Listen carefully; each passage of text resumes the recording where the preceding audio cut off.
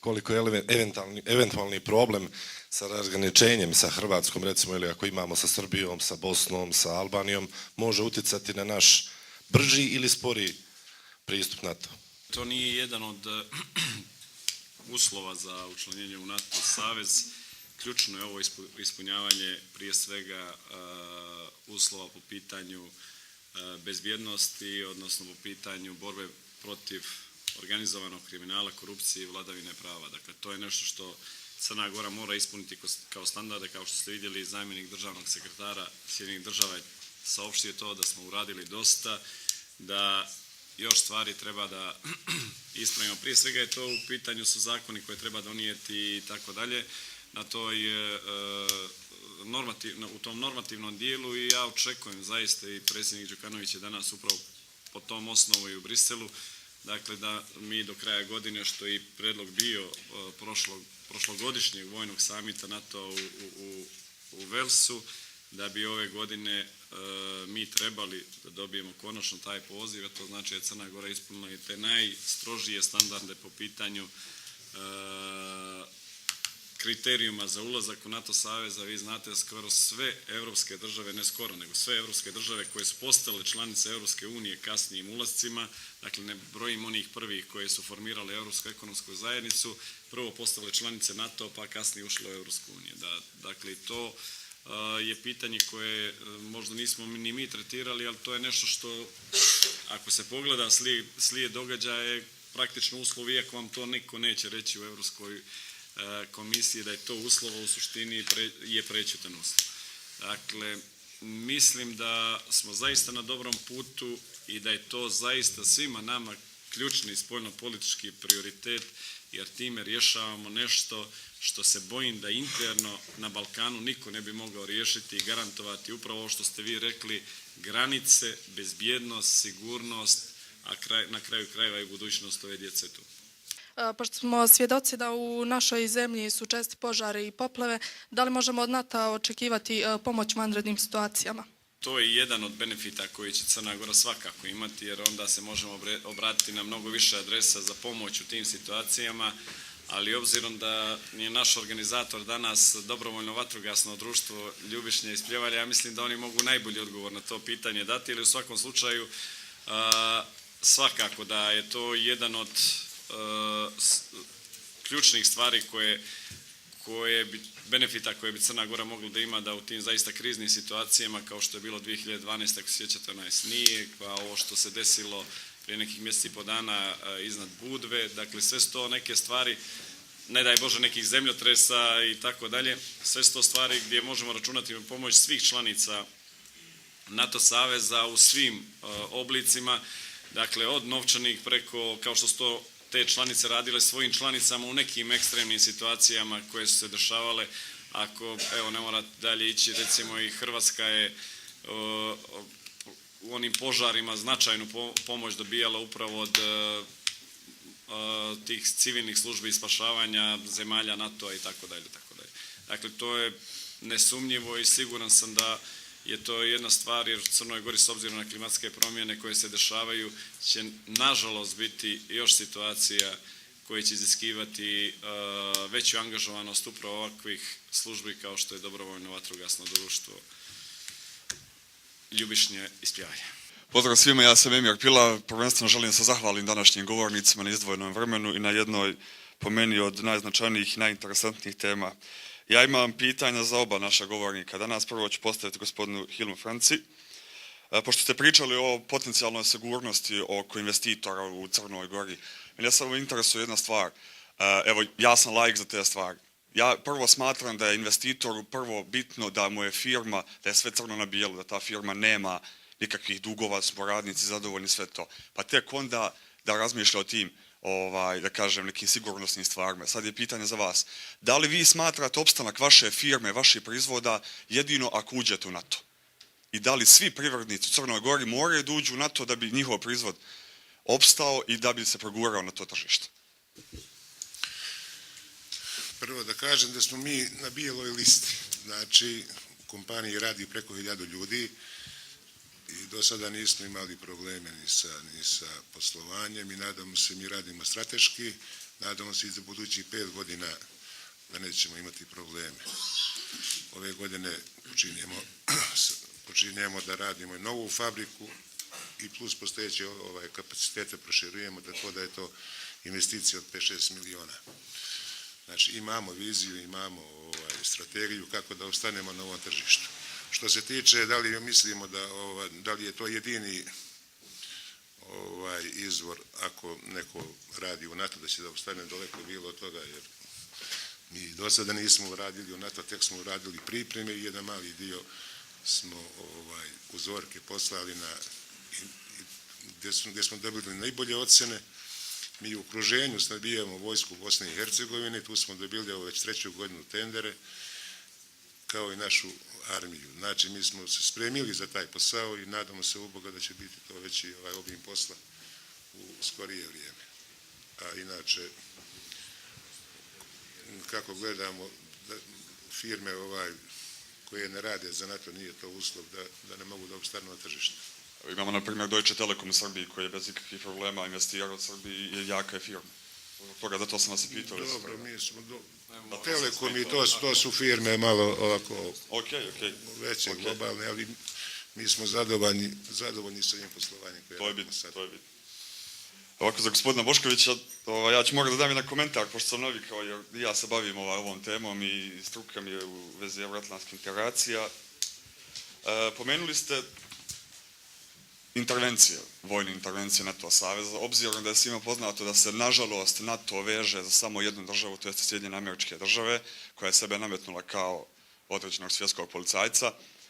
Mene interesuje, da li je dobro da mi uzimamo model Sjedinjenih Američkih Država? Ja znam da ćete mi reći da nisu samo SAD tu, već da imaju i ostale zemlje tu. Međutim, da li je dobro da mi uzimamo taj model, obzirom da su Sjedinjene Američke Države, da kažem, zemlja koja ima najveći broj i kriminala i korupcije, i jako su zagovornici demokratije, ako nije demokratija najmanje, ima i zagovornici mnogo drugih stvari, da li je to dobro po Crnu Goru? I interesuje me jedna stvar, koliko brzo će NATO reagovati? Obzirom da treba da se sastanu zemlje, da se izglasa konsenzus, da li treba da se interveniše, jer imamo vojnu intervenciju, na primjer, kada je Maroko 2012. imao opsadu na Španiji, tu je NATO zakazao, na primjer. Tu je NATO nije imao saglasnost svih zemalja članica, tako da pitam vas, da li Crna Gora mora imati, da li mora biti na neki način milosti ili nemilosti određene frustracije, određene zemlje da ne izglasa vojnu intervenciju za nas? Evo, to je za sad.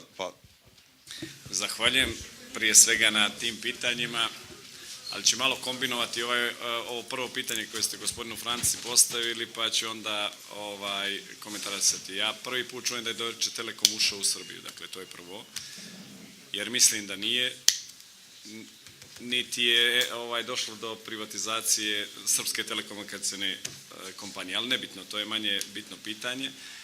A s druge strane, dakle što se tiče ovoga, sjećam čuvene fabrike iz Sarajeva koja je proizvodila Volkswagen do negdje TAS, čuveni TAS, jeste tvornica automobila Sarajevo.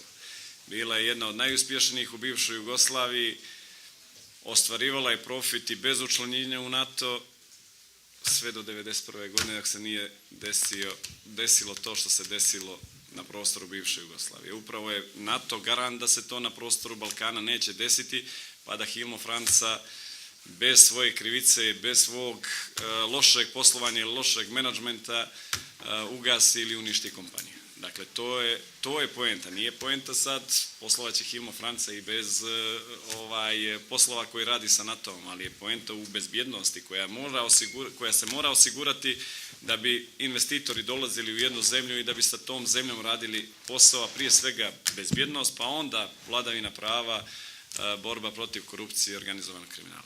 Ono gdje se ja i vi sigurno nećemo složiti jeste konstatacija da je Sjedinjene Američke Države najmanje demokratska zemlja. Ja mislim da su Sjedinjene Američke Države perjanica demokratije u velikom broju pogleda. Da li nam se sistem njihov sviđa ili ne sviđa, to je već drugo pitanje. Tu ne želim da ulazim u polemiku jer to je stvar ličnih opredjeljenja. Da li je Amerika svjetski policajac ili nije, ne znam. niti želim to da sudim, ali znam da nije Sjedinjenih Američkih Država da bismo brzo uništili ovu našu zajedničku kuću, mislim zemlju kao zemlju na kojoj svi jednako živimo i da upravo nije NATO saveza, mnoge stvari bi se rješavale kao u nekom 14. i 15. vijeku kad su opredeljivane priče upravo o tome zakon jačega. Ja mislim da to u ovom kontekstu nije moguće i ne vjerujem da bi toliko zaluđeni bili i Francuska, i Velika Britanija, i Njemačka, i Grčka, i Rumunija, i Bugarska, da uđu u taj NATO savez ako ne vide da im donose neke koristi prije svega sa bezbjedonosnog aspekta.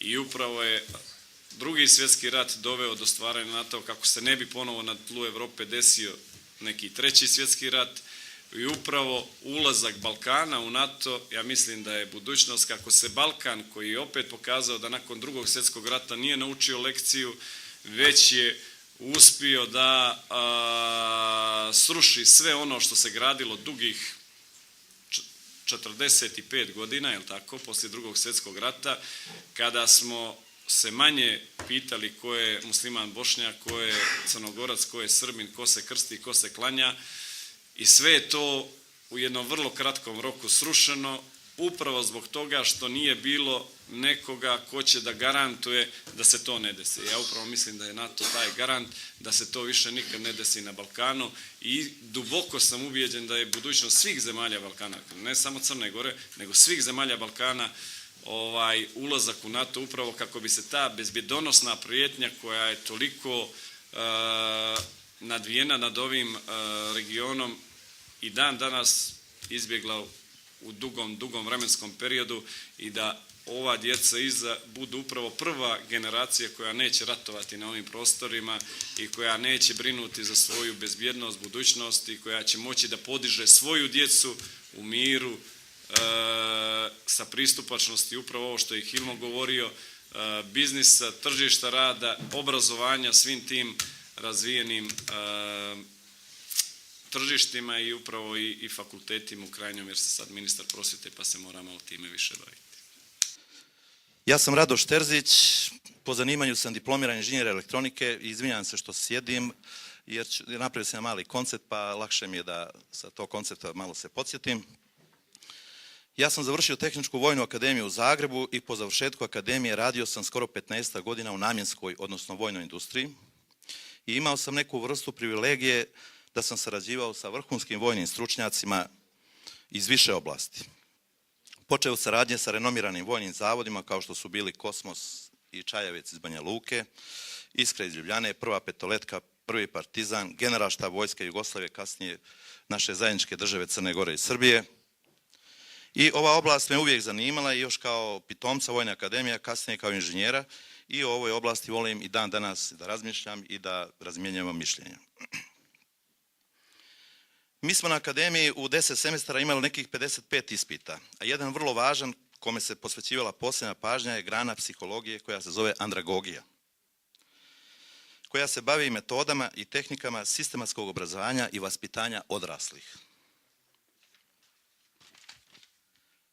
Andragogija je zasnovana na filozofiji doživotnog učenja. U prevodu, da bismo opstali u savremenom društvu, neizostavno je i neophodno da budemo u toku sa novim informacijama, znanjima, dostignućima koje se stalno mijenjaju i kao što na kraju krajeva u zadnje vrijeme ispred svih nas jedna zaista stoji velika istina, nije dovoljno samo završiti fakultet da bismo imali posao. Sve ovo pričam kao uvod u nešto što sam kasnije 90. godina i lično osjetio koliko je veliki balast za cijelo društvo kada su neobrazovani i nevaspitani, a odrasli. Svi znate, desio nam se taj strašni grozni rat, prokleti rat, braća zaratila međusobno, rezultati, raspad jedne velike lijepe zemlje koja se zvala Jugoslavija. Naše neobrazovanje svih nas skupa na Balkanu, naš mentalitet svih nas doveo je do strašnih stvari. Ja sam tražio nekolike definicije šta je to mentalitet i dopala mi se ova. Kratko ću. Mentalitet ili mentalni sklop označava pretežna razmišljanja i sklopove ponašanja jedne osobe ili jedne društvene grupe osoba, a odnosi se i na cijele narode. Upravo je naš mentalitet po meni jedan od važnijih faktora zbog kojih mi moramo neizostavno ući u NATO alijansu kao međunarodnu odbrambeno bezbednosnu organizaciju. Iskren da budem, ja od 1991. godine više ne vjerujem mnogo ljudima, nekim grupama ljudi, pa čak i nekim vjerskim grupama. Ja sam se 1991. godine uredno odazvao na mobilizacijski poziv moje države i na ratištu, znaju moje kolege neke koji su danas ovdje, bio sam rezervni oficir, bio sam komandir čete u nekom planinskom bataljonu tamo. Tad sam konačno spoznao taj naš grozni mentalitet. Spoznao sam neke nazovi borce koji kad imaju pušku u rukama postaju okrutni, opasni, pucaju i naprijed i nazad, a zapravo su velike kukavice. Tad sam se sebi zakleo da više nikada neću obući uniformu ni jedne vojske gdje se pita rulja, gdje nastaje anarhija i gdje svi postaju opasni po sve. Bilo je zaista grozno gledati neke borce kod kojih je proradio mentalitet, kažem, pucaju i naprijed i nazad. Da ne dužim, ponavljam, naš mentalitet, ovakav kakav jeste, zahtijeva čvrstu stručnu komandu, disciplinu i po dubini i po visini i po svim segmentima. Mislim da je NATO alijansa prava adresa na koju moramo usmjeriti našu državu Crnu Goru. I još nešto kratko. Mislim da ste vi, gospodine ministre, pomenuli ukratko nestabilno balkansko područje. Isto dijelim s vama tu konstataciju. Evo, u zadnje vrijeme se Rama, premijer Albanije, izjasnio da želi integraciju Kosova u Albaniju. Samo je pitanje na koji način, da li klasičnim metodama ili nekim drugim metodama. Pa i u našoj državi Crnoj Gori, vidite, pominje se Sutorina, čačkaju, probaju, pa Ulcinj, meni se nimalo nije dopalo i ponašanje predsjednika Ulcinja. Neće mi se moj predsjednik, gospodin Lola Đačić, naljuti ako kažem i poredim da je to skoro ekvivalentno kao da je on 20. novembra pozvao u goste i proglasio počasnim građanima Vučića i Dodika. Mi bismo završili na listi za Haag da smo nešto tako uradili. Znači, oprez nije na odmet i zaista svim srcem i zdušno podržavam naš ulazak u NATO alijansu. Hvala. Dosta sam upućena oko NATO integracije i ostaloga. Ja želim samo pitati i da prokomentariše ministra lično. Da li ste upoznati sa činjenicom da otkako su ušle NATO i američke vojne trupe u Afganistan, proizvodnja opijuma kao i izvoz povećali su se za 90%. U prošlom izlaganju ste rekli da je mnogo bitno i vladavina prava i smanjenje korupcije i kriminala. Kako komentarišete taj podatak? Hvala. Dakle, interes Crne Gore da ulazi u NATO je upravo iz tog razloga, da NATO posle ne bi ulazio u Crnu Goru nekim drugim razlogom. Dakle, vjerovatno proizvodnja opijuma, da je NATO ranije intervenisao tamo, sigurno da ne bi rasla tom brzinom ili na taj način kako ste vi komentarisali, ali sam siguran da ne možete staviti jednakost povećanja proizvodnje opijuma i da to vežete za NATO, jer NATO sigurno ne proizvodi opijum, niti je zadužen za te stvari, već isključivo da donese bezbjednost na ovaj ili onaj način. A vi znate zašto je NATO ušao u Afganistan, nema veze sa opijumom ili bilo čim, već sa 11. septembrom, izvinjavam se, i to je potpuno jedna druga priča, a ono što je bitno naglasiti jeste da ne treba poistovjećavati to sa, dakle, vojni dio NATO-a sa svim onim benefitima koja Crna Gora treba da dobije samim ulaskom u NATO. Dakle, upravo ovo poenta čitave priče i mislim da ono što je za Crnu Goru neophodno za njenu bezbjednost prije svega i budućnost je upravo ulazak u NATO, jer bojim se ako ne uđe u NATO da ovi izazovi koji su pred nama, o kojima su neki govorili, kojima mi svi dobro znamo, da će debelo unazaditi Crnu Goru upravo kroz taj bezbjednosni sektor. Ovo čuli smo ovdje, dakle, dali smo neke primjere koji iz ne tako daleke prošlosti nas svjedoče da ni sami nismo svjesni kakve opasnosti, koje su moguće posljedice svih ovih ekscesa koji se dešavaju manje ili više u našem okruženju a nažalost i mi smo dovoljno stari da smo ih osjetili na svojoj koži. Pošto, da ne budem, da se slažem sve sa današnjim gostima, ja se evo ne slažem se sa gospodinom Predragom Boškovićem da ne trebamo gledati u prošlost. I tekako trebamo gledati u prošlost i što budemo dalje gledali u prošlost, sve ćemo više vidjeti koliko je u stvari Crna Gora treba da bude članica NATO-a. Kamo sreće da smo bili neki 70. godina, smo bili članica NATO-a, ta sretna bivša Jugoslavija, danas ne bi nam se dešavalo od 90. godine. Također predlažem organizatorima da možda svoju energiju, tehniku, da možda usredsrede tako što će zagovornike, sad neutralnosti, ranije su bili zagovornici nekih euroazijskih integracija, da njima pomognu da što više oni organizuju tribina. Koliko oni organizuju što više tribina, tako sve više ima pristalica NATO-a. Ja sam malo pratio preko televizije i njihovi argumenti su strašno smiješni. Znate što su smiješni? Zato što su našli jedini sukob između članica NATO-a je bio sukob između Grčke i Turske koji je trajao, zamislite, 7 dana.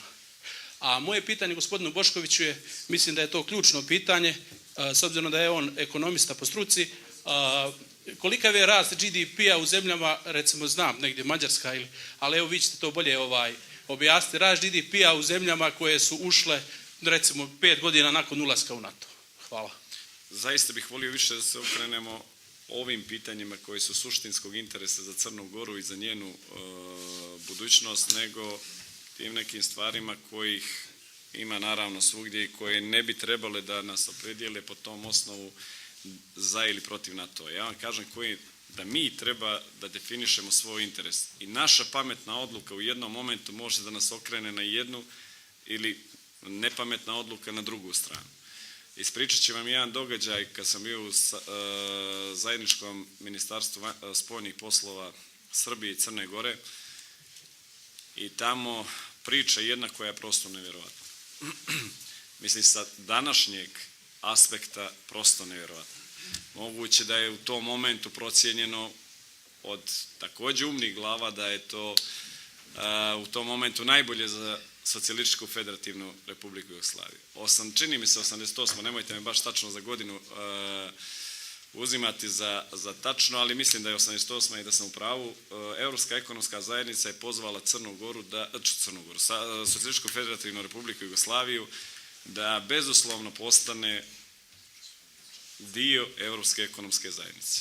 Dakle, nema ni poglavlja 24, ni poglavlja 23, ni koliko ih već ima. Poglavlje 19, poglavlje 2 i tako dalje i tako dalje. Dakle, ništa. Da izrazi svoju spremnost u parlamentu Socijalističke federativne Republike Jugoslavije da postane dio Europske ekonomske zajednice. Vrijeme svašta može da pokaže i svašta da donese.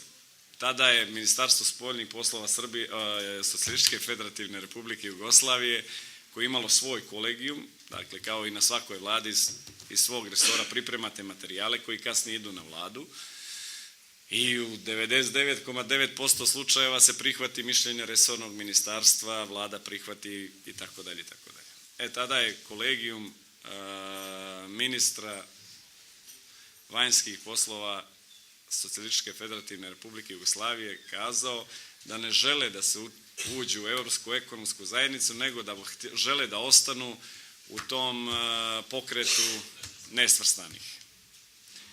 Dakle, možemo sad razmišljamo i da nagađamo šta bi bilo kad bi bilo. Da li bi bilo rata u bivšoj Jugoslaviji, da je 88. Jugoslavija ušla u Europsku ekonomsku zajednicu, a dakle to je jedna odluka koja se u tom momentu možda nije činila bitnim, većem broju, a pogotovo široj javnosti koja nije ni objašnjena i tako dalje, nego u jednom uskom krugu ljudi dogovorena, začaurena i na kraju izglasana i poslata nota kakva je poslata.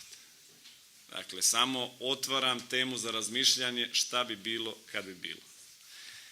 To je recimo jedan slučaj u prilog ovome što smo svi danas manje više ovdje govorili i kako treba debelo izmjeriti svaku svoju odluku i na jer te odluke proizvode značajne reperkusije na živote svih nas. I zbog toga sam zaista pristalica i duboko mislim u to da je Crnoj Gori za njen opstanak, razvoj po svakom pitanju, dakle i po pitanju demokratije i ekonomije i ljudskih prava, međusklada, suživota svih vjera, nacija, konfesija, je učlanjenje upravo u tu, jer ćemo jedno značajno breme skinuti sa leđa svih nas. Vjerujte da je to trenutno što sve nas pritiska, iako mi to možda ne osjećamo u ovom momentu, a to je bezbjednost svih nas. Bezbjednost naših porodica i svega ostalog. I ovo što je rekao gospodin Alavać, dakle, nemam tačne podatke koliki je rast GDP-a bio po zemljama nakon učlanjenja u NATO, niti mislim da je to treba bude ključna poruka svega ovoga. Ja mislim da treba ključna poruka svega ovoga bude jeste da mi stvorimo našu zemlju sigurnom, da je vladavina prava na nivou na kojem to želimo da budemo i da se borimo protiv svih onih pošasti današnjice kao što su organizovani kriminal, korupcije i sve ostalo što ide sad. Ja mislim da to učlanjenjem u NATO možemo mnogo bolje da uradimo zbog toga što ćemo imati resurse tada neograničene koji su nam sada izuzetno ograničeni po svakom pitanju. Evo, Lola je svaki dan sa vama ovdje, pa neka vam kaže koliko muku muči sa svim tim resursima koji onda učlanjenjem u NATO postaju neograničene, postajemo dio mnogo šireg tržišta. Dakle, to su pitanja od najvećeg mogućeg interesa i mislim da i vi svojim prijateljima, kumovima, braći ili tako s kim komunicirate svaki dan treba prenesemo ovu poruku jer je ona zaista iskrena, najiskrenija i obezbijedit će ono što ponavljam, evo kao papagaj, ja mislim 10. put danas, sigurnu budućnost svakog našeg građana, što je nama, mislim, ovdje svima cilj. I onima koji imaju djecu i onima koji nemaju djecu. To je to.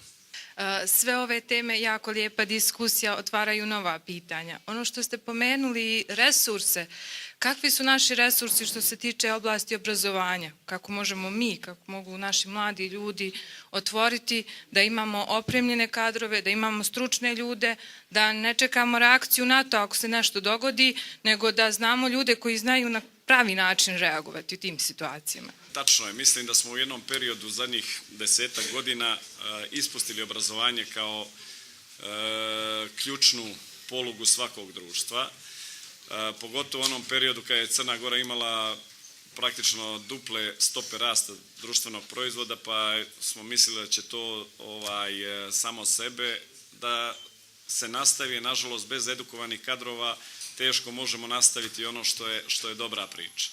I mislim da pogotovo visoko obrazovanje tu nije odigralo kvalitetnu ulogu koju je trebalo da odigra.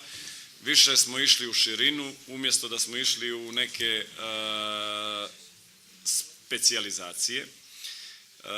Ono što je bitno naglasiti jeste da se izgubila ta kopča između tržišta rada u Crnoj Gori i tržišta obrazovanja, odnosno samog obrazovanja, da imamo državni univerzitet koji proizvodi kadrove koji nažalost niti imaju mogućnost da se uposle na tržištu rada u Crnoj Gori, niti se njima posvećuje s obzirom da je državni univerzitet osim toga ključnog, dakle budžetskih studenata otvorio širom kapije samofinansirajućim studentima što je napravilo pometnju na tržištu rada, a i pometnju na tržištu obrazovanja i to je ono čemu ćemo se baviti u narednom periodu možda i najjače i to nam je ključni prioritet u Ministarstvu prosvete jer postoje neki studijski programi koji nažalost nemaju studenata ili na sreću, kako se gleda s koje strane.